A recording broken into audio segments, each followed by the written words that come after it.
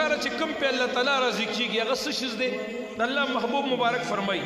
فشهادت الله اله الا الله یو کلمه طیبه لا اله الا الله ډیر وایي لا اله الا الله لا اله الا الله حدیث کې نه وي افضل الذکر لا اله الا الله په اذکارو کې بهترین ذکر لا اله الا الله وایي په روزه کې د لا اله الا الله ذکر ډیر کوي قران دی نه ویلې په حضور اس په تسبیح لا اله الا الله لا اله الا الله لا اله الا الله ذکر دې کوي کنه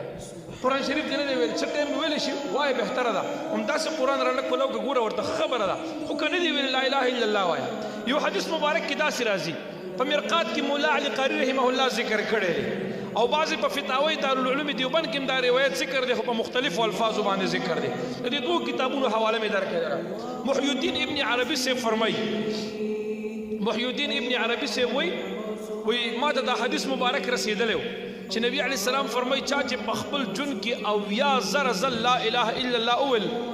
دغه کستب الله خامخ بخنه او مغفرت نصیب کړي او کدا د بل چاته او بخلا نو چې چاته بخله د چا لپاره د ویل د هغه ته خامخ خدای بخنه نصیب کړي ابد عذاب د قبر نخلاصي الله به ورته بخنه نصیب کړي ابن عربی سے وی دا حدیث چې ما ولودو نو ما او یا زر کلمه او ویلا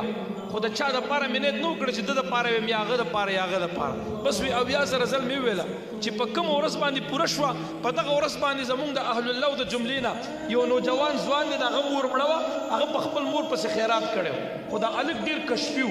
وی چې کله مور پسې خیرات کړو زم ورغه مغه مجلس ته غوښته ما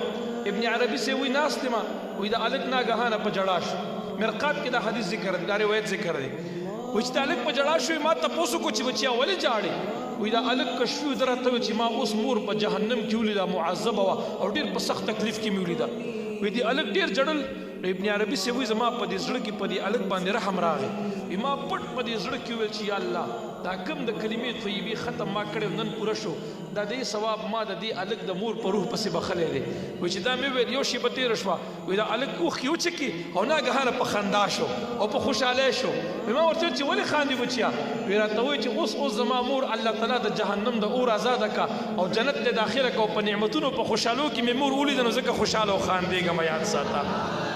ابن عربی سے وی ما ته دوه خبرې معلومې شوې یو راته دا خبره چې دا حدیث صحیح دی ما او بیا زر کلمه ځان له لوستې وه د مور ته مې ثواب وبخلو د مور ته په الله بخنه نصیب کا مبارک فرمایي چې چا ولوسته او چاته ثواب وبخلو هغه ته خدای بخنه کوي نو دا حدیث صحیح دی او دویمه راته دا خبره معلومه او ظاهره شوه چې د دې الګ د کشف صحت هم ماته معلوم شو چې د دې الګ دا کشف هم صحیح دی تر اوسه جلل چې مور مې جهنم کې ده ما پټ په زړه کې ورته ختم وبخلو او دې ته نه خبرېږي او مور جنت ته ځي نو د دې الګ دا کشف هم صحیح دی نو ګوره خبرې غرض مې دا دی د ورځې چې کوم دي 2000 ځل 2.5 ځل لا اله الا الله وایا او بیا زر ځل په دې میاشت کې پوره شي دومره ګران کار خو نه دی لا اله الا الله طریقې داسې ده علماء او مشایخ دا طریقه خي تسبیح براوالي او په تسبیح باندې به لا اله الا الله محمد رسول الله صلی الله علیه وسلم اول بداوي بیا به لا اله الا الله لا اله الا الله لا اله الا الله لا اله الا الله لا اله الا الله چې سل کرت پوره شو بیا په سلام کرت باندې وای محمد رسول الله صلی الله علیه وسلم